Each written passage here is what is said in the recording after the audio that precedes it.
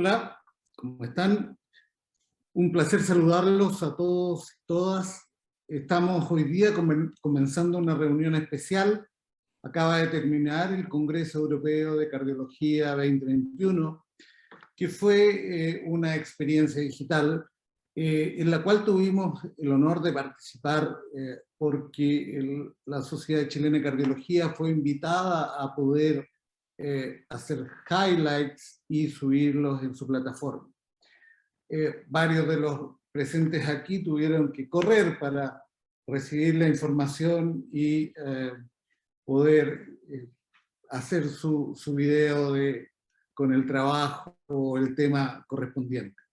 Pero hoy día, de una forma un poco más relajada, queremos contarles un poco de lo que fue el Congreso Europeo de Cardiología y conversar sobre algunos de los temas. Fue un tremendo congreso con nuevos trabajos, con nuevas guías.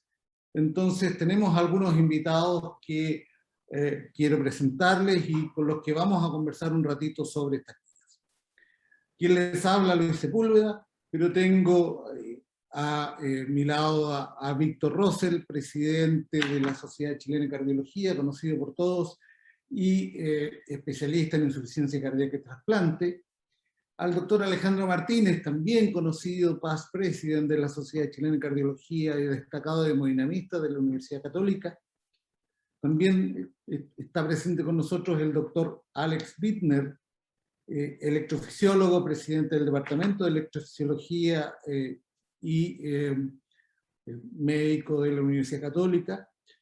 El doctor Mauricio Soto, que es intensivista, cardiólogo del Hospital Regional de Temuco, recientemente electo como presidente del nuevo departamento de cardiointensivo de nuestra sociedad, y el doctor Daniel Díaz, cardiólogo formado en el Hospital Clínico de la Universidad de Chile y editor de nuestra web de Sochicar, a quien ustedes han conocido principalmente por los diferentes medios de la web.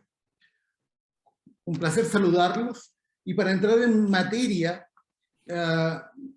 quizá porque me dedico también a la insuficiencia cardíaca, quisiera preguntarle a Víctor, y obviamente también a los demás participantes, ¿qué piensa de la nueva guía de insuficiencia cardíaca y las modificaciones que nos trae?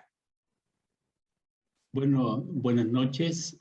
Un placer estar acá en esta conversación y compartir junto al resto de los panelistas en esta conversación sobre el Congreso Europeo de Cardiología. Bueno, la verdad es que una parte de la guía ya la habíamos conocido. Fue liberada en el Congreso Europeo de Falla Cardíaca de la Sociedad Europea de Cardiología, así que la parte de tratamiento farmacológico era ya más conocida, y ahí diríamos que se esbozan algunos conceptos como el de la cuádruple terapia. Ya son medicamentos que ya tienen una evidencia científica que está avalada por grandes estudios de alta calidad y que han motivado que aparezcan como indicación de tipo 1 con nivel de evidencia A. Me refiero específicamente a los IECA. Esto es importante porque, a pesar de toda la información que hay hasta ahora, siguen apareciendo los IECA dentro de los inhibidores de la enzima convertidora, dentro de los tratamientos de primera línea.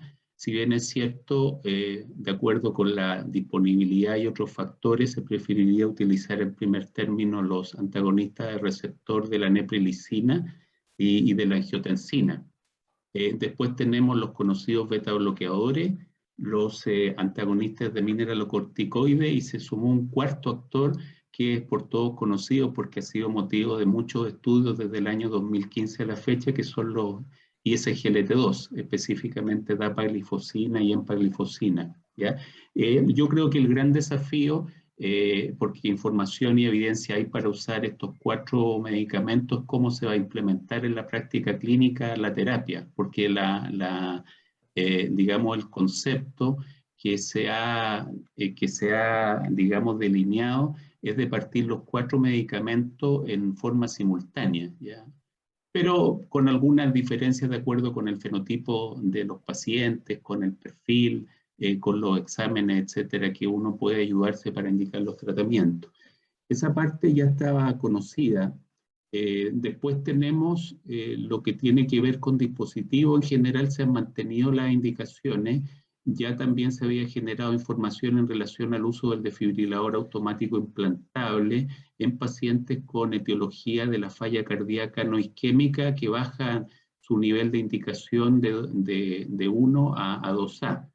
Y se reafirma el uso de la terapia de resincronización cardíaca, sobre todo en pacientes en ritmo sinusal con bloqueo completo de la rama izquierda y con QRS sobre 150 milisegundos como una indicación de clase 1A. Dentro de los otros aspectos de la falla cardíaca, los otros medicamentos, tales como ivabradina, la combinación hidralazina y zosorbide, y los ARA2 quedaron como segunda línea de tratamiento farmacológico.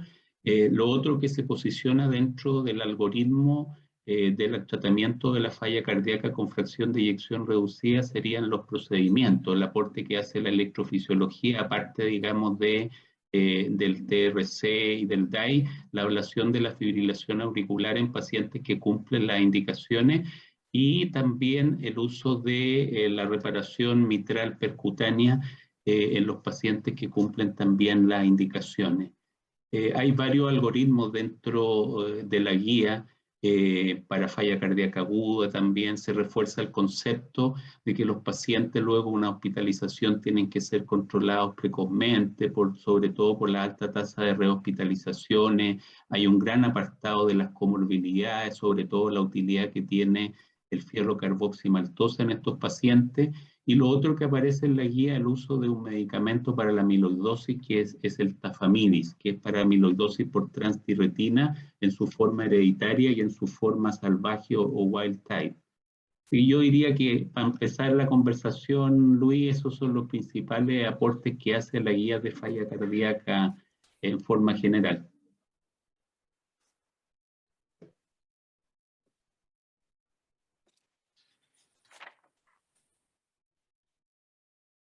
¿Está en silencio, Luis? Tiene apagado el micrófono, Luis.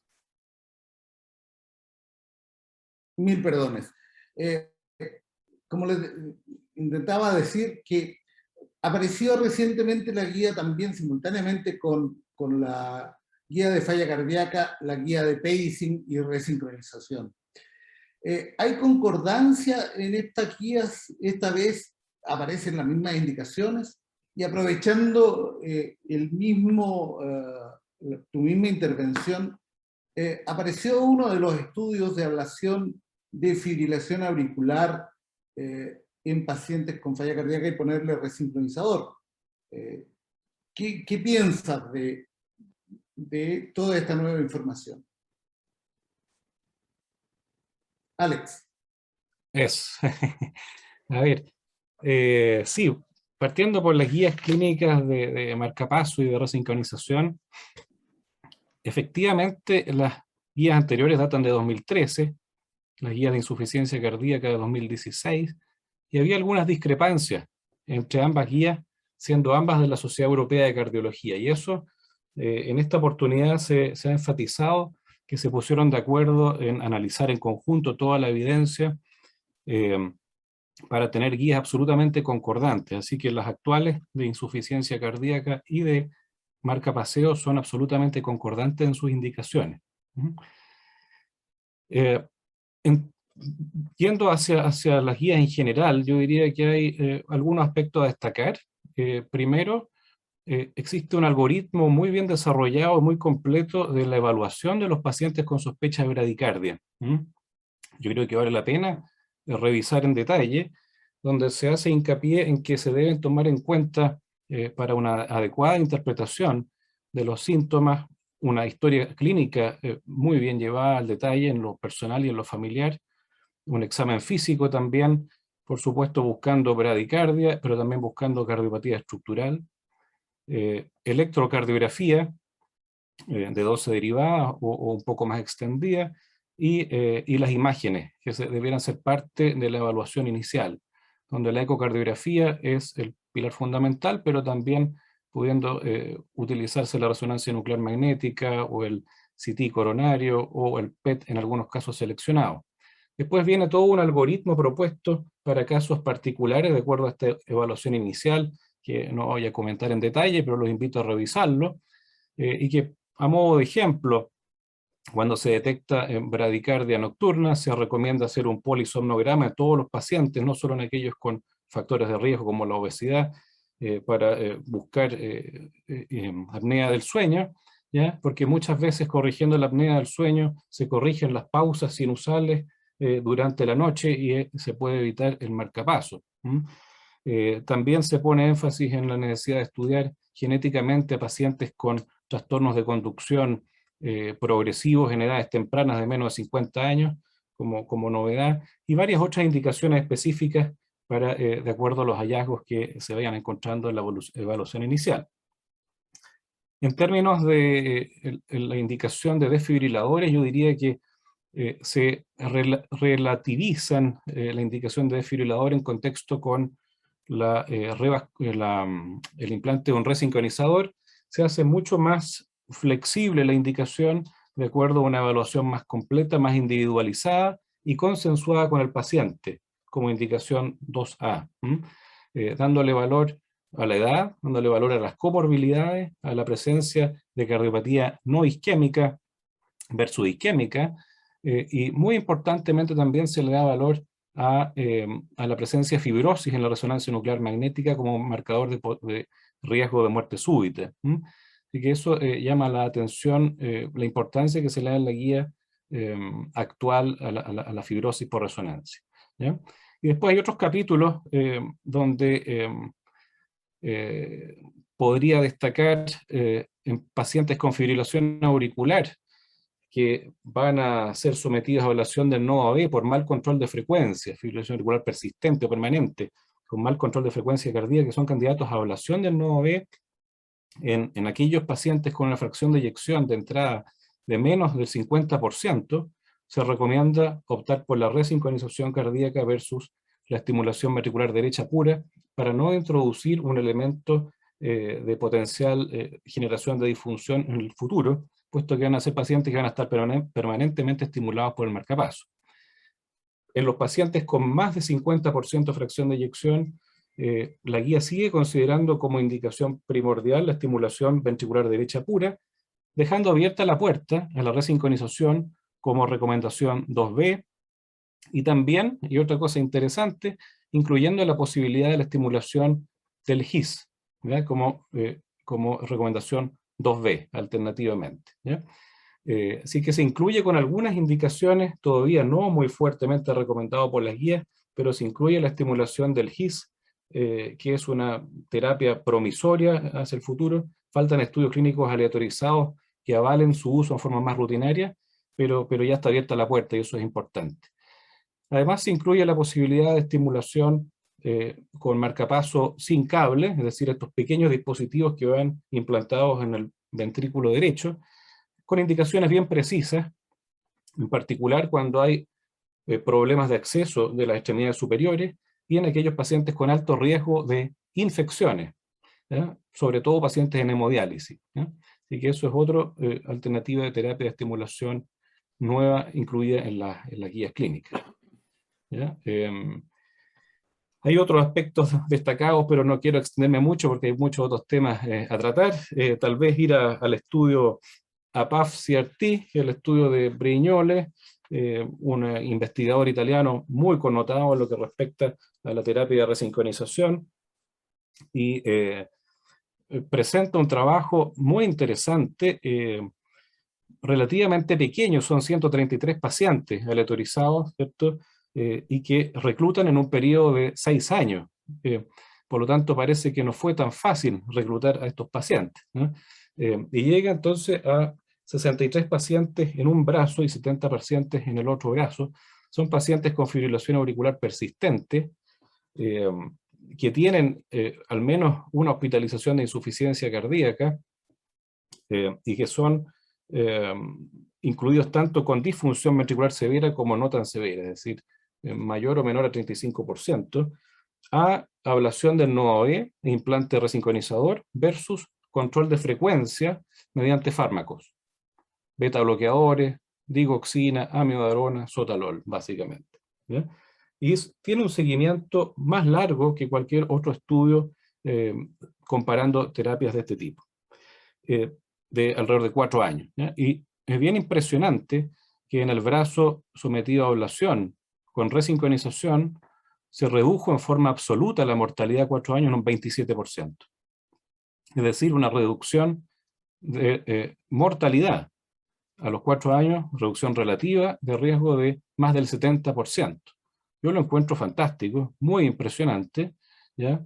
Y que da cuenta que un óptimo control de frecuencia durante fibrilación auricular y una óptima regularización del ritmo, son dos factores importantes, no solo la frecuencia, y apoyado por una resincronización versus una estimulación ventricular derecha pura para no hacer deleterio, digamos, el tratamiento. Perdón, recordemos, son todos pacientes con QRS angosto, de base, logra reducir la mortalidad versus el tratamiento farmacológico de control de frecuencia. Así que ese sería el estudio que por ahora me gustaría destacar respecto a terapia del ritmo.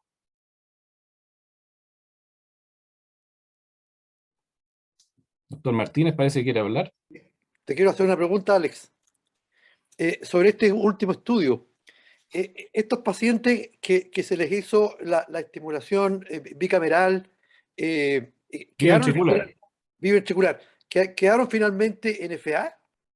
Sí, sí, sí. Estos son pacientes que están en fibrilación auricular permanente, que tienen QRS angosto, que tienen un control de frecuencia farmacológico relativamente aceptable de acuerdo a los guías actuales, pero que son altamente sintomáticos, ¿ya? Y que tienen además hospitalización por insuficiencia cardíaca. O sea, son altamente sintomáticos. Eso era el factor criterio de inclusión del estudio. No incluyeron a asintomáticos o poco sintomáticos. Y el grupo terapéutico incluyó ablación del nodo, entonces. Ablación del nodo AB. Y estimulación de ambos ventrículos. Ablación del nodo AB con estimulación biventricular versus control de frecuencia con fármacos, que es la terapia estándar, cuando estimaron que no eran candidatos a ablación de fibrilación auricular o que habían fallado a la ablación de fibrilación auricular un porcentaje minoritario de ellos, ¿eh? Ese era el grupo de estudio. Daban un plazo de 30 días de adecuación de los fármacos, ¿ya? Después de ser aleatorizados. Y de hecho la frecuencia cardíaca promedio a los 30 días de iniciado el estudio era de alrededor de 82 latidos por minuto. Es decir, podríamos decir que estaban muy bien controlados desde el punto de vista de la frecuencia con fármacos. Aún así, la terapia con ablación del nodo B y resincronización fue muy superior a los 4 años de seguimiento en mortalidad, un endpoint así de duro, y también en endpoint combinados con hospitalización. Alex, está llegando mucha información también sobre la estimulación del GIS.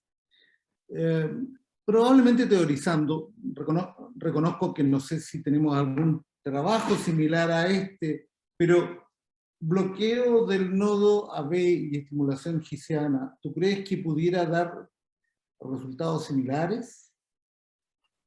Estamos especulando porque no tenemos algo de este tipo, ¿cierto? Y por eso que tampoco todavía no se incluye de manera muy categórica en la guía, si bien se abre la puerta, como les decía, para algunos escenarios. Yo creo que teniendo sustento fisiopatológico, si en un paciente con QRS angosto logramos mantener un QRS angosto, eléctrica y mecánicamente el resultado debería ser mejor que la resincronización convencional. Y teniendo herramientas hoy día para poder lograr ese objetivo, digamos, de estimular, no siempre selectivamente, pero estimular el GIS o la rama izquierda, pienso que es cosa de tiempo para que esa terapia se valide como alternativa o eventualmente incluso como superior a lo que tenemos hoy día. Para Muchas allá va la gracias, cosa. Alex. Mauricio, como intensivista, ¿crees que el Congreso en esta oportunidad, en falla cardíaca aguda, shock cardiogénico, nos entregó alguna novedad importante? Bueno, si bien no hubo grandes estudios en shock cardiogénico esta vuelta, es muy difícil armar un estudio doble ciego randomizado en shock cardiogénico, eso muy probablemente no va a pasar. Pero sí, en las guías de insuficiencia cardíaca viene un apartado de falla cardíaca aguda en el cual se cambian un poquitito las definiciones y algunas recomendaciones también. Viene nuevamente etapificado en 4 fenotipos el paciente con descompensación aguda de falla cardíaca, predominantemente congestión, el edema pulmonar agudo, el paciente con falla ventricular derecha aislada y el paciente propiamente tal en shock cardiogénico.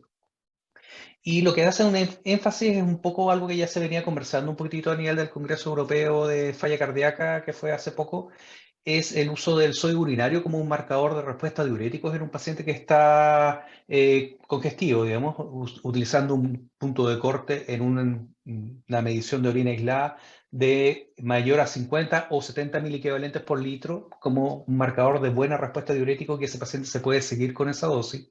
Y si el paciente no tuviera ese nivel de sodio urinario, habría que o aumentar la dosis o hacer un bloqueo secuencial del tubular, digamos, ¿ya?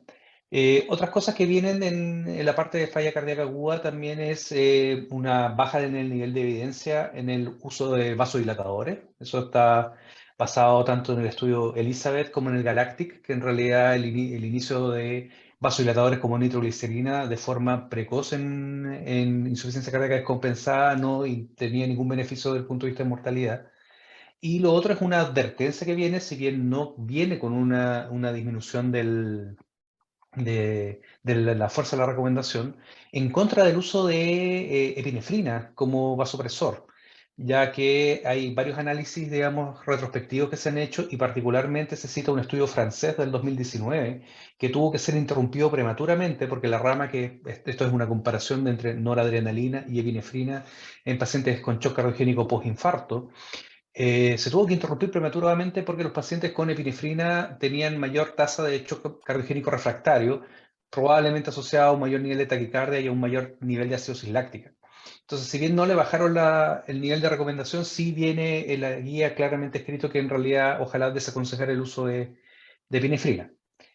Lo otro que se vio, que fue uno de los estudios de Highlight, fue algo que se ve con relativa frecuencia en el servicio de urgencia, que es el uso de coronariografía rutinaria o selectiva post-paro cardiorrespiratorio, sin supradesnivel de CT evidente en el retorno de circulación espontánea, que en la línea de otros estudios se demostró que no había ninguna diferencia en hacer una coronariografía de inmediato tras el retorno de circulación espontánea o hacer un enfoque más bien selectivo seleccionando al paciente caso a caso en la UCI. Básicamente esas son las mayores novedades que hubo desde el punto de vista agudo. Eso es interesante porque obviamente el llevar a estos pacientes donde la coronariografía no les va a ayudar, llevarlos a pabellón retrasa el inicio de las terapias, sobre todo la hipotermia, que es una de las terapias recomendadas para el manejo posparo en un paciente coronario o no coronario. Alejandro, tienes apagado tu micrófono. Perdona, ahora sí. En relación a lo que está comentando Mauricio, de cuál es el momento de hacer la coronariografía post-paro en síndrome coronario agudo, no hay ninguna duda que en el síndrome coronario agudo con supradesnivel tiene que hacerse la coronariografía lo antes posible. La discusión y el estudio que se presentó tiene relación con el paciente que tiene un infarto sin supradesnivel. Y en ese paciente, efectivamente, tal como él dice, no hay diferencia entre hacerla de inmediato o no hay beneficio entre hacerla de inmediato o hacerla después de algunos días. Y eso básicamente porque la arteria está abierta. Es como el síndrome coronario agudo sin supra que nosotros recibimos normalmente en nuestras unidades, que no tenemos para qué correr a hacerle la coronariografía de inmediato, sino que podemos tratarlo por algunas horas y después hacerla. Pero esto se refiere solamente al paciente con síndrome coronario sin supradesnivel. Correcto. Alejandro, aprovechando que estás con el micrófono, ¿qué otras cosas te sorprendieron del Congreso? Sobre todo pensando en hemodinamia, que es tu especialidad, o en otros aspectos de la cardiología también. Sí, pues yo creo que fue bastante interesante las nuevas guías de valvulopatía. No tenemos tiempo para entrar en detalle, pero fundamentalmente las nuevas guías de valvulopatía se refieren con mucho énfasis a la válvula tricúspide, que es una válvula que aparecía poco en las guías anteriores, básicamente con los nuevos datos que tenemos de la importancia en el seguimiento alejado de los pacientes del daño tricuspidio residual que queda después de otras intervenciones cardíacas.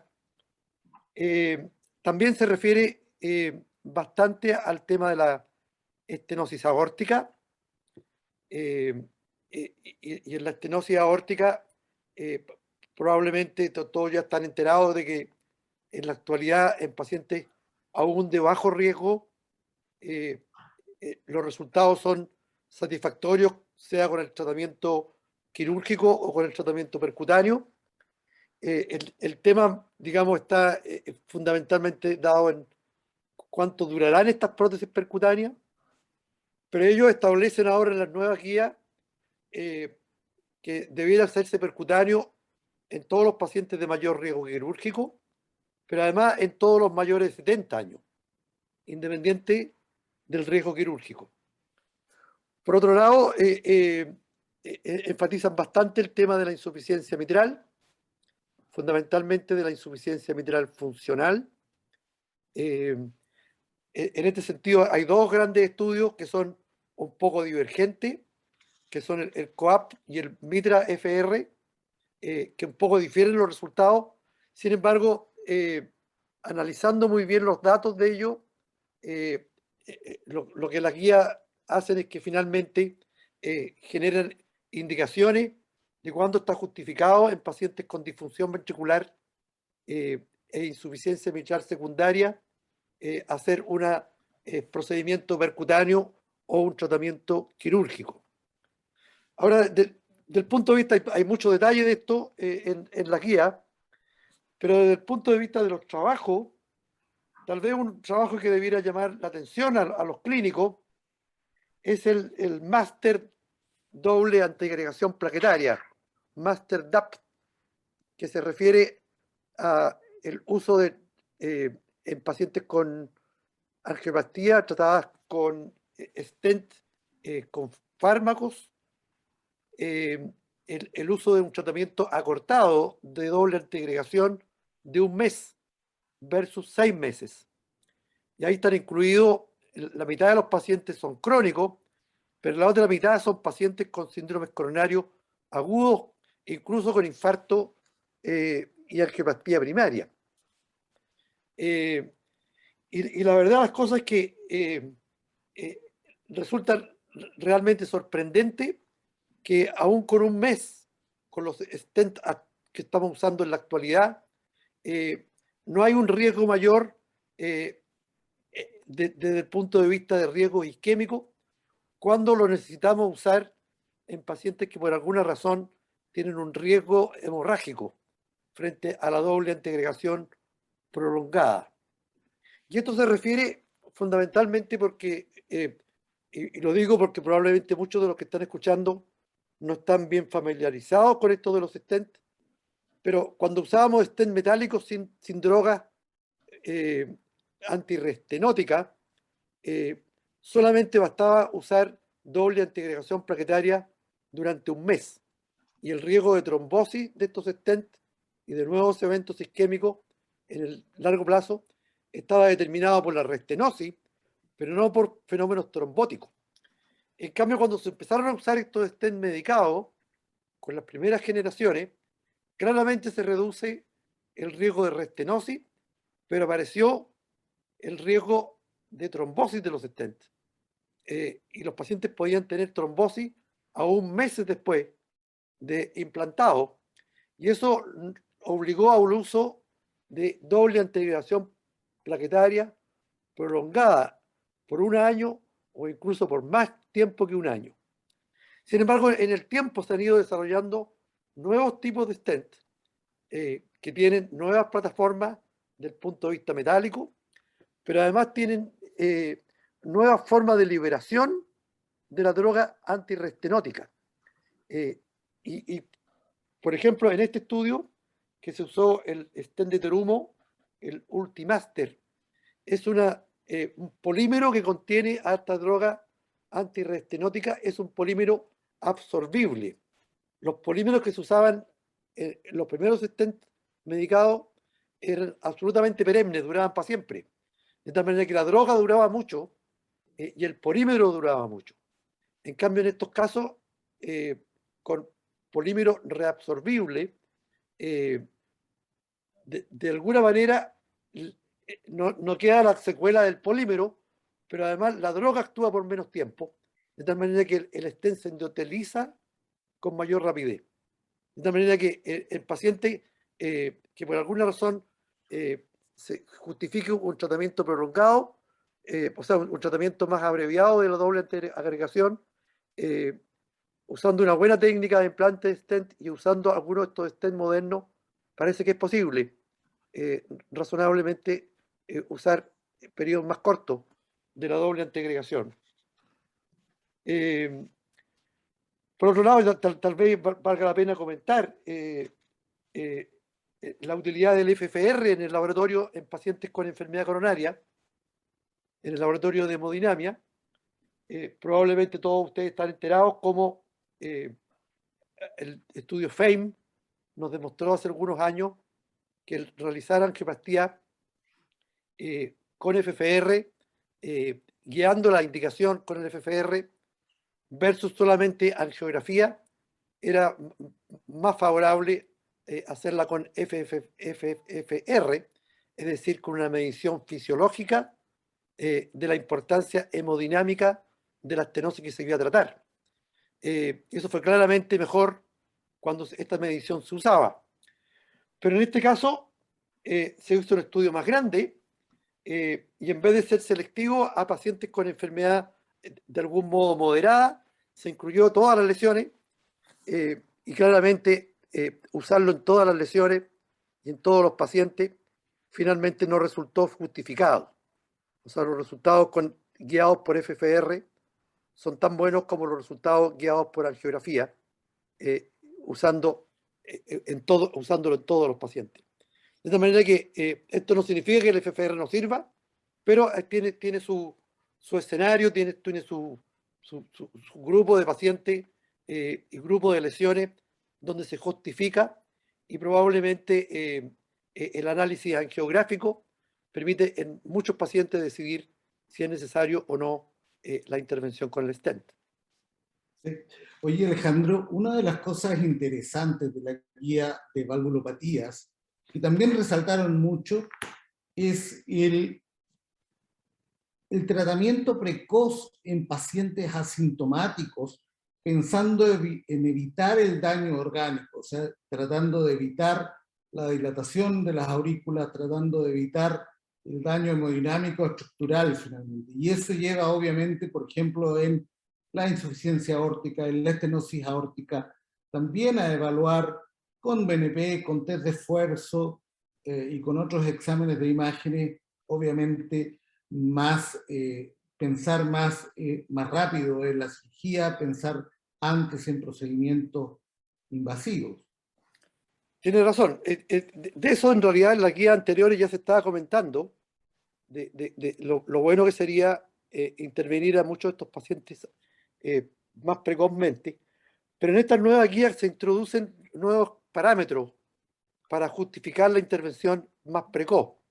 Desde luego en la estenosis aórtica severa, aún en pacientes asintomáticos, que hasta hace algunos años no se consideraba indicación de intervención, hoy día usando bueno, la severidad ecográfica, usando un mínimo daño del ventrículo, es decir, fracción de eyección menos de 50, y un parámetro desde el punto de vista del escáner de una significativa calcificación de la válvula. Eso justificaría la intervención aún en pacientes asintomáticos. Lo mismo ocurre con la insuficiencia mitral, pero eso ya un poco lo conocíamos, que en pacientes con insuficiencia mitral severa, asintomática, cuando esta es reparable, con buenos resultados desde el punto de vista quirúrgico, parece bueno intervenirlo. Se hace mención también al tema de la fibrilación auricular.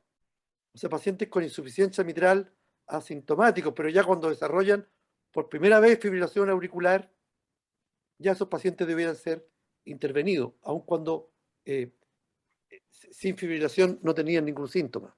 Sí. Gracias, Alejandro. Antes de avanzar y seguir dándole la palabra, quisiera contestar algunas preguntas que tenemos de la audiencia.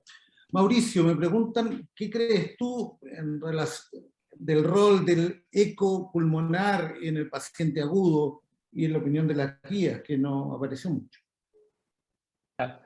O sea, el eco pulmonar es una herramienta que es indispensable ahora para la evaluación de congestión del paciente agudo. Es fácil de aprender y es fácil de aplicar también. Entonces, en realidad es parte de la rutina ya en cuidados agudos hacer eco pulmonar para verificar la presencia de congestión. Ahora, si bien no viene mencionado específicamente una recomendación de eco por sobre radiografía, en realidad sí hay una recomendación que el paciente previo al alta tiene que ser descartado signos de congestión persistente. Ya, por lo tanto, no solamente clínicamente el paciente tiene que estar sin edema, no solamente sin oxígeno, sino que tiene que estar sin edema. Y eso incluye, digamos, la evaluación seriada de eco pulmonar, que como le digo, en general, en servicios médicos ya es mucho más fácil tener un ecógrafo disponible, digamos, que está para los procedimientos multipropósitos y que puede servir para hacer esta misma evaluación y que de hecho es más rápido que pedir una radiografía. Entonces, si bien no lo menciona en el acápite de descartar congestión, que viene con una recomendación nivel 1, ahí es donde vienen todas estas herramientas, digamos, que no solamente están limitadas al ecopulmonar, sino que al examen físico, exámenes de laboratorio, niveles de lactato normal, etc. Gracias, Mauricio. Víctor, nos preguntan, una pregunta de la audiencia y una pregunta mía. La primera es en relación a los ARA2. ¿Qué piensas del cambio que propone la guía en relación a la posición en que coloca los ARA2, que hasta la última guía estaban al mismo nivel de los inhibidores de enzima de conversión y ahora los bajan un poco? Y una pregunta mía en relación al estudio Emperor, que también fue presentado en este congreso. Yo creo que tenemos bien claro, o más o menos claro, las herramientas que tenemos en insuficiencia cardíaca con fracción de eyección reducida. Pero creo que tenemos una nebulosa grande en lo que realmente podemos hacer con los pacientes con insuficiencia cardíaca y fracción de eyección preservada. No, ¿realmente nos trae respuesta a este estudio Emperor? Que me gustaría que les mencionara a nuestro público y realmente trae respuestas en el sentido de que a pesar de que los miembros y los investigadores principales de este estudio son todos miembros activos de la Sociedad Europea, donde la definición de insuficiencia cardíaca preservada es mayor de 50, y en este estudio pusieron a pacientes con fracción de eyección mayor de 40. Gracias, Luis, por las preguntas. La primera respecto de los antagonistas de receptor de la angiotensina. La verdad es que, si bien es cierto, las guías previamente los mencionaban como una indicación que iba al mismo nivel que los IECA, en la práctica nunca fueron reemplazo de los IECA, excepto para indicaciones de intolerancia a los IECA. Yo creo que en ese sentido la práctica refleja un poco lo que cada uno de nosotros ve con sus pacientes, Y pienso yo que cuando uno usa los inhibidores de la enzima convertidora y el paciente sigue estando sintomático o uno considera que es de alto riesgo, más bien debería pensar en pasarlo a antagonistas del receptor de la neprilicina, los inhibidores de neprilicina y antagonistas del receptor de la angiotensina. Así que yo creo que esa indicación refleja lo que cada uno de nosotros ve en la práctica. Ningún estudio de ARA2 demostró ser superior a lo IECA en la insuficiencia cardíaca, y en la práctica eso era lo que ocurría. Así que yo estaría de acuerdo en esa baja de la indicación a nivel 2, porque es lo que hacemos normalmente.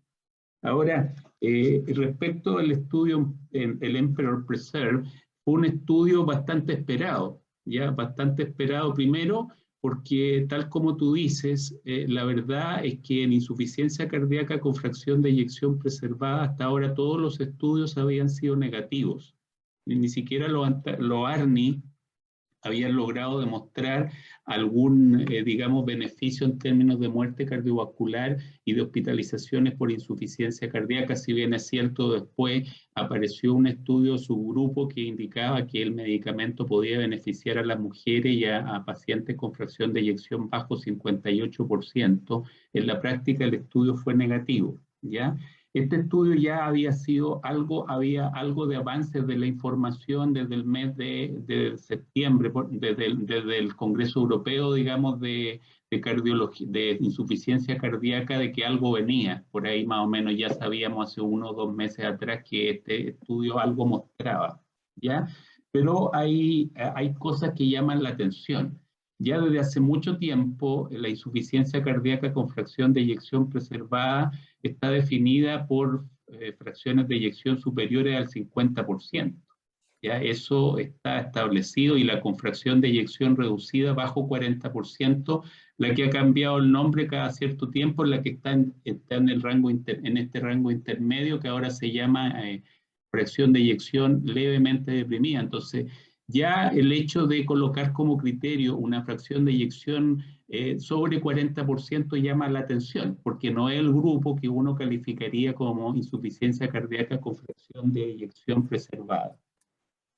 Ahora, cuando se hace en este estudio, que resultó efectivamente ser positivo en el sentido de disminuir la muerte cardiovascular y disminuir las hospitalizaciones por falla cardíaca, entonces uno analiza según rango de fracción de eyección, y resulta que los que están más favorecidos son los que están entre 40 y 50%, después en segundo lugar entre 50 y 60%, y los que no están favorecidos son los que están superiores a 60%. Así que en ese sentido es un poco, digamos, decepcionante esto de que hayan cambiado un poco los criterios de ingreso. Yo creo que siguiendo un poco las experiencias previas de los estudios previos para tratar de asegurar que resultara positivo, en el fondo cambiaron este criterio, que es un criterio que ya está establecido hace varios años. Ahora, creo de todas maneras que todos los beneficios que hemos ido conociendo de los ISGLT2 efectivamente lo van a transformar en una herramienta. Ya hay otros estudios que también han explorado que sirven pacientes con fracción de eyección preservada, la hospitalización, ¿no? Recordemos que son un evento muy significativo dentro de la evolución, y este estudio específicamente el punto sobre el cual más impacta es sobre la hospitalización. Así que yo creo, Luis, que lo vamos a incorporar en la práctica clínica, no con el nivel de evidencia que uno esperaba que fuera, pero yo creo que a falta de algún fármaco efectivo vamos a incorporar esto, porque ya está demostrado que tienen bastantes beneficios en pacientes con falla cardíaca. Daniel, ¿cómo estás? Hola doctor, gusto saludarle. Cuéntame, ¿qué te pareció el Congreso? Y pensando en que tú manejas las redes sociales y vas actualizándonos rápidamente con la velocidad de las redes sociales, ¿qué te pareció el Congreso? ¿Qué encuentras destacable de este Congreso, además como cardiólogo joven? Sí. Bueno, lo primero que quiero destacar es la participación de nuestra sociedad, teniendo un espacio en la Sociedad Europea para dar nuestros comentarios con respecto a todos los nuevos trabajos que iban apareciendo día a día. ha habido hay muchísimos trabajos que se han presentado todos los días, tuvieron un enfoque distinto hacia un área en particular de la cardiología, y yo lo que quería hacer aquí es replicarles un poco lo que había pasado someramente con respecto a cada uno de estos días. El día 1, digamos, brilló la insuficiencia cardíaca del Emperor Preserve que comentaba el doctor Rosell, que yo creo que ha sido uno de los trabajos que más impacto ha tenido durante todo el Congreso, porque viene a entregarnos, digamos, una terapéutica para insuficiencia cardíaca con fracción de eyección preservada que no teníamos hasta ahora. El mismo día se publicaron las guías de insuficiencia cardíaca y también el Emperor Pool, que lo que hace es, en pacientes tanto con insuficiencia cardíaca con fracción de eyección preservada y reducida, pero van a buscar más bien un outcome renal, en el cual les fue mucho mejor a la empaglifosina en pacientes con insuficiencia cardíaca con fracción de eyección reducida, a diferencia de lo que se esperaba y con respecto al Emperor Preserve. El otro trabajo relevante que se presentó el día 1, que es para echarle un ojo también, es el Guide HF, que era la monitorización hemodinámica a través de un sensor implantable de presión pulmonar, el cual mostró en realidad resultados que no mostraban beneficio a través del uso, y hay un subanálisis interesante que hacer al respecto, porque 1/3 de los pacientes se tuvieron que hacer su seguimiento durante la época de la pandemia. Yo les voy a dejar anotados estos nombres de los trabajos que fueron más relevantes para que los puedan ver en profundidad. Esto es solo una sinopsis. El día 2, como mencionaba el doctor anteriormente, el Master DAP Trial, también antiagregación en pacientes de alto riesgo. Ese mismo día se publicó en el New England también el Figaro DKD, que va enfocado hacia un nuevo antagonista selectivo de los mineralocorticoides, que es la finerenona, con muy buenos resultados, y el Envisage TAVI AF, que miraba pacientes con fibrilación auricular y TAVI, en los cuales se usaba uno de los nuevos anticoagulantes orales. También interesante ver el día 3, muy relevante la contribución que hubo en estudio de COVID. 3 estudios en particular: el estudio Michel, que miraba pacientes con COVID grave hospitalizados que se iban de alta, que mantenían su terapia por rivaroxaban 10 miligramos por 30 días y que mostraba la disminución de eventos embólicos. Argentina contribuyó con 2 trabajos relevantes. Uno fue el ECLA Colcovid y el Prepare-IT. Uno utilizó colchicina, otro usó ácidos grasos purificados de omega 3. Ninguno de los dos demostró, digamos, efectos favorables, pero fueron interesantes. Otro trabajo en el tercer día, que es de antiagregación en pacientes de alto riesgo de sangrado, fue el Twilight HBR, en el cual se usaba ticagrelor. Y el día 4, a destacar, otro de los trabajos que generó bastante movimiento en todos lados fue el STEP Trial, que es un estudio basado en prevención, un estudio de manejo intensivo de la presión arterial en pacientes de mayor edad, entre 60 y 80 años, en que fueron a buscar presiones arteriales sistólicas entre 110 y 130 y se comparó con 130 a 150. Ese es un estudio que se publicó hoy en el New England Journal. Tenemos muy interesantemente también el día de hoy el YAMI Trial, que vio qué pasaba con la vacunación de la influenza en pacientes que se sometían a una intervención coronaria percutánea 72 horas después, tanto en el ambiente del infarto como en el ambiente de una angioplastía electiva, y demostraron disminuir los outcomes compuestos cardiovasculares. Muy interesante el YAMI Trial. Otro estudio interesante, el AMULET ID, en el cual viene a ser una alternativa al Watchman en oclusión de la orejuela izquierda, y que fue recientemente aprobado por la FDA. Y el último trabajo que se presentó interesante fue el STOP-DAP 2, que también era antiagregación utilizada solo por un mes en pacientes en síndrome coronario agudo. Sin embargo, demostró algunos eventos, digamos, adversos, así es que también habría que echarle un ojo a esto. Daniel, perdona que te interrumpa un segundo. Quisiera aprovechar el estudio de hipertensión arterial y preguntarle a Alejandro si tuvo alguna oportunidad ver los trabajos de hipertensión arterial que se presentaron en este congreso. Uno de ellos, el que presentamos recién de fármacos, y el otro que es un trabajo chino de sal versus el sustituto de la sal. ¿Tuviste alguna oportunidad de mirarlos?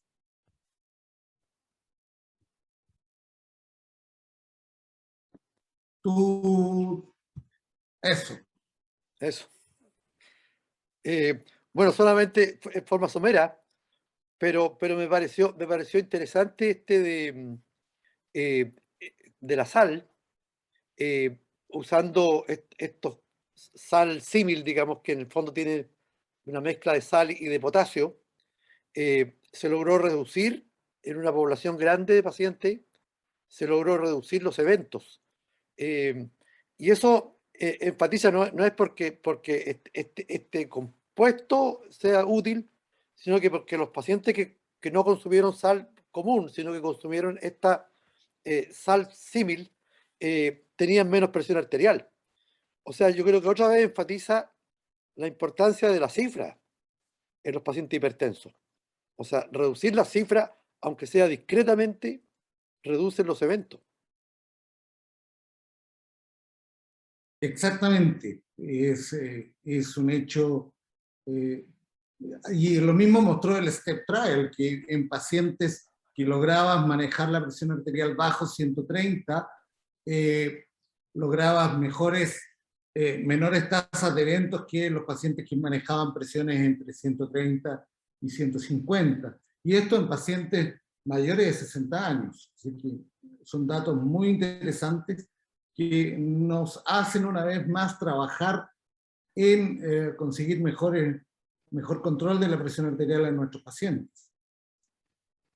Un poco comentando ese punto, la diferencia de presión arterial, y yo confieso que más me enfoqué hasta ahora porque acaba de terminar el congreso, hay que leer los demás trabajos con posterioridad, pero la diferencia de presión arterial era muy discreta entre ambos grupos, ¿no? Era algo así como 2 o 3 milímetros de mercurio sistólico. O sea, muy discreto. Aún así, las diferencias fueron bien notables porque había un reducción de riesgo de stroke bien importante, ¿no? Y de otros eventos cardiovasculares.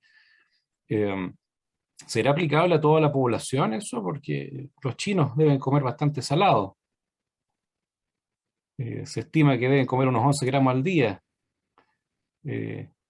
Yo creo que los chilenos también somos buenos para la sal en los asados, así que tal vez podría ser aplicable a nuestra población. Era algo así como un 25% de reemplazo del sodio por cloruro de potasio, ¿no? ¿Y eran pacientes mayores de 60 años o que habían tenido algún accidente cerebrovascular? Ese era el grupo en estudio, yo creo que lo podemos aplicar a ese grupo en estudio. Ahora lo que uno tiene que tener presente es el contenido de potasio y la interacción que esto tiene con otros medicamentos que potencialmente también pueden subir el nivel de potasio, IECA, ARA2, eventualmente espironolactona, eso también. Ahí no hacía mucha referencia respecto de cuáles eran los tratamientos que estaban utilizando los pacientes. Es algo que en falla cardíaca vemos la hipercalemia en relación con la combinación de fármacos y los sustitutos de la sal, pero efectivamente, como tú señalas, Alex, se veía un resultado bastante significativo en términos de prevención de eventos de accidente cerebrovascular. En relación a eso, Víctor, porque realmente el tema del potasio es un problema para poder darle buenos medicamentos a los pacientes con insuficiencia cardíaca y sobre todo con insuficiencia cardíaca e insuficiencia renal. Y nosotros sabemos que los fármacos que debiéramos usar, como son, qué sé yo, los inhibidores de la ECA, o como eventualmente la espironolactona o los antialdosterónicos, que tienen beneficio desde el punto de vista estructural, tanto renal como cardíaco, no los podemos muchas veces usar por el tema del potasio. Pero yo me estaba preguntando cuánto contribuirán aquí los SGLT2. ¿Podrán estos medicamentos que bloquean, ¿no es cierto?, la bomba sodio-glucosa en los riñones, protegernos un poco de la hipercalemia? Pues podría ser, pero más bien yo diría por el efecto diurético que tienen, A eso me refiero. por el mayor efecto diurético que presentan estos, los pacientes lo refieren bastante y de hecho hay que ajustar en algunos casos la dosis si es que usan furosemida, por ejemplo, hay que bajar un poco la dosis porque empiezan a orinar bastante. Quizá el otro mecanismo de protección de la hipercalemia con los SGLT2 está en el importante efecto sobre el deterioro de la función renal, porque claramente en la mayoría de los estudios ha mostrado que tanto en pacientes con insuficiencia cardíaca como en pacientes con insuficiencia renal disminuye la pendiente de caída de la función renal. Y obviamente la falla renal es un elemento que sumado a potasio se va a asociar a hipercalemia clínica. La verdad es que el Congreso fueron 4 días muy intensos. Probablemente la gran mayoría de nosotros no ha logrado ver toda la información, sino que tenemos pequeños barnices de lo más importante. Y obviamente en una reunión como esta, solo queríamos destacar algunos elementos de este hermoso congreso. Quisiera darles la palabra un par de minutos a cada uno de ustedes para que redondeen alguna idea final o alguna recomendación sobre los temas que debiéramos revisar en este congreso. Daniel ya publicó rápidamente en las redes los trabajos más importantes del congreso, pero quisiera darles la palabra a ustedes para que nos transmitan alguna idea al cierre. Víctor. Partiría yo, obviamente, que tenemos toda la información disponible, ya estaban los ensayos de los diferentes medicamentos, ahora está todo organizado, las guías de insuficiencia cardíaca. Hay que partir los tratamientos, yo creo que cambiar un poco el paradigma de ir lentamente aumentando las dosis de los medicamentos. Yo creo que el mensaje principal sería usar los medicamentos que están recomendados, los que estén disponibles. Hay alternativas, no todos van a poder usar todos los medicamentos. Yo creo que uno lo tiene que adecuar a su realidad, al perfil del paciente, etcétera. Pero el mensaje es tratar de lograr estar con los 4 medicamentos que están ya ampliamente conocidos y lograr la mayor dosis posible. ¿Ya? Otro concepto importante, los eventos de las hospitalizaciones, aprovecharlos para poder mejorar las terapias, ajustar las terapias, los controles precoces posalta para prevenir las rehospitalizaciones. Y quiero yo rescatar 2 elementos que incluso aparecen acá en alguna de las observaciones en el chat. Uno, es la importancia de un enfoque multidisciplinario de la insuficiencia cardíaca.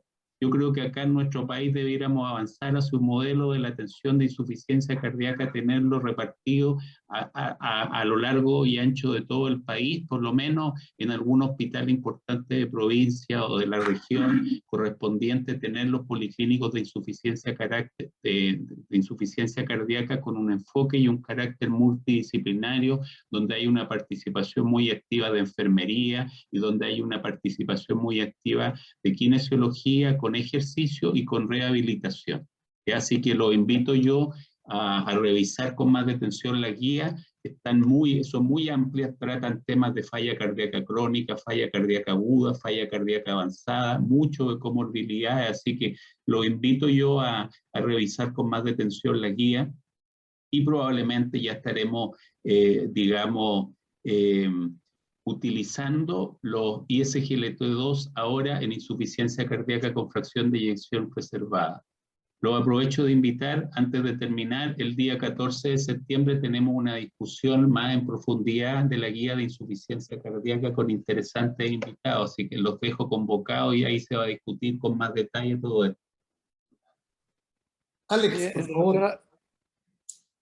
Perdón, Alejandro, a lo que comenta Víctor, esto de lo multidisciplinario en el manejo de los pacientes con insuficiencia cardíaca también es muy válido en las guías de valvulopatía, pero yo creo que al final de cuentas es válido en todos nuestros pacientes. la evaluación multidisciplinaria. O sea, no es posible hoy día, con la cantidad de información y la cantidad de progreso, nuevas innovaciones, que cada uno de nosotros maneje todo esto de nuestra especialidad. Tenemos que interactuar en relación a nuestros pacientes, tanto con insuficiencia cardíaca, con arritmia, con enfermedad coronaria, con valvulopatía. Y eso lo enfatizan muy bien también las guías. Sí. Alex, tus palabras. Sí, bueno, primero muchas gracias por invitarme a esta entretenida conversación, ¿cierto? Que uno se va entusiasmando y los podríamos alargar, pero a lo mejor podemos hacer otra sesión más adelante de algún otro tema. Me sumo a esto del trabajo multidisciplinario, vemos cómo se entrelazan las guías, ¿cierto? De una disciplina con la otra, y es muy importante entonces la interacción de cada una de las subespecialidades. Yo me gustaría enfatizar en este aspecto la conciencia de que la estimulación cardíaca puede ser muy buena, pero también puede ser deleteria cuando es mal aplicada. Debemos estar, yo creo, muy preocupados de seleccionar adecuadamente el tipo de estimulación cardíaca para cada paciente. Las guías clínicas en esta oportunidad son bastante enfáticas en recomendar específicamente uno u otro tipo de marcapasos, me refiero a comunes o resincronizadores como pilares de la terapia de estimulación, pero también debemos mantenernos atentos a qué va pasando con la estimulación selectiva del GIS y de la rama izquierda, porque creo que en los próximos años se vienen novedades, se abre la puerta en la guía a este tipo de terapias y probablemente van a ir ganando espacio. Y lo otro que no tuvimos mucho tiempo de comentar por razones de tiempo, pero creo que cada vez se hace más evidente que debemos ser agresivos en el tratamiento de la fibrilación auricular, ya sea en el tratamiento de la arritmia en sí misma, incluyendo la ablación con catéter en un espectro mucho más amplio de pacientes, pero también en el manejo del adecuado control de frecuencia, que es muy relevante y en el ejemplo del estudio que acabamos de ver se hace muy patente. Así que esos serían los dos temas que me gustaría reforzar desde el punto de vista de arritmia. Mauricio, por favor. Bueno, yo quería quizá reforzar un poco el punto que hacía el doctor Rosell respecto a que cada hospitalización es una oportunidad para optimizar la terapia de los pacientes. Y hubo un estudio que se publicó ahora en el último día, digamos, que es el IAVI, que hablaba de vacunación contra influenza dentro de las primeras 72 horas después de una coronariografía por un evento coronario agudo. Y la verdad es que bajó la mortalidad significativamente por todas las causas y la mortalidad cardiovascular. Entonces, no solamente el tema de ver los fármacos, sino que ver las inmunizaciones, ver el ambiente familiar. Cada hospitalización tiene que ser un punto de optimización de terapia, digamos, no solamente tratar su enfermedad y mandarlo para la casa. Y lo otro, yo creo que todos estamos un poco de acuerdo que este fue un congreso muy, muy rápido, muy intenso. Estaban pasando muchas cosas simultáneamente. En Europa habían colegas que estaban viendo el congreso a dos pantallas para no perderse nada. Y en esa rapidez de repente uno se pierde un poco, y cuando salió el Emperor Preserve hubo voces que dijeron que ya las guías de insuficiencia cardíaca estaban desactualizadas porque no lo habían incluido, digamos, porque hicieron una revisión solamente hasta marzo de este año de los trabajos publicados. Y en realidad, como se conversaba en la sesión, el Emperor Preserve tiene varios detalles, digamos, que probablemente nos va a hacer que estemos conversando de ese estudio por hartos meses. La fracción de eyección es una variable continua y en realidad parece ser que los SGLT2 tienen más beneficio mientras más baja sea la fracción de eyección, y ese efecto se ir perdiendo progresivamente a la medida que vamos llegando a 60 de fracción de eyección. Entonces, de repente no hay que saltar tan rápido a las conclusiones, no hay que pensar que, digamos, que porque el estudio tiene un título rimbombante va a cambiar nuestra práctica clínica. Hay que analizar un poquito más en frío las cosas. Exactamente. Bueno, recordarles que en falla cardíaca hace mucho rato que las vacunas de la influenza y la vacuna antineumocócica reduce las hospitalizaciones y la mortalidad. Daniel, por favor, tus palabras al cierre. Agradecer la invitación y volver a felicitar a nuestra sociedad por haber participado activamente de este congreso que, como decían, fue muy intenso y dejó mucho y que nos va a dar mucho por seguir revisando en las próximas semanas. hacerle una invitación a todos los que nos están viendo de que nos sigan en nuestras redes sociales, en Instagram, en Twitter, en YouTube, donde vamos a estar publicando toda la información de la cual hemos conversado, y este webinar también va a estar publicado la próxima semana también, me imagino, en el YouTube. Así es que eso, que estén muy bien y nos veremos en un próximo evento. Gracias. Y para cerrar quisiera dejarlos con Víctor, que haga las palabras al cierre de este intenso congreso. Bueno, quería yo, antes de cerrar esto, reconocer todo el trabajo de Luis, quien le ha tocado liderar, digamos, este proyecto nuevo para nosotros de organizar a una cantidad de socios y socias de la sociedad para poder dar forma a estos highlights, que fue un desafío que nos impusimos hace unos meses atrás. Así que quiero, Luis, en esta actividad de cierre, agradecer tu compromiso y todo el esfuerzo que desplegaste para que esta actividad fuera exitosa. Asimismo, agradecer a todo el equipo de la Xochicad, a Janet, a Perla y a todo el equipo administrativo, porque obviamente también significaron un apoyo muy significativo. Y por último, en nombre de los que aquí asisten a esta reunión, agradecer a todos los que voluntariamente colaboraron en concretar estas grabaciones, sacrificaron días, fines de semana, festivos, etcétera, para poder terminar con esta actividad en forma exitosa. Así que yo me daría, Luis, por conforme con esta actividad. Yo creo que ha sido una experiencia nueva y espero que podamos realizar nuevas actividades en relación a estos congresos internacionales que vienen en un futuro no muy lejano. Así que eso es lo que quería yo señalar, Luis. Muchas gracias. Buenas noches a todos. Chao. Chao, buenas noches.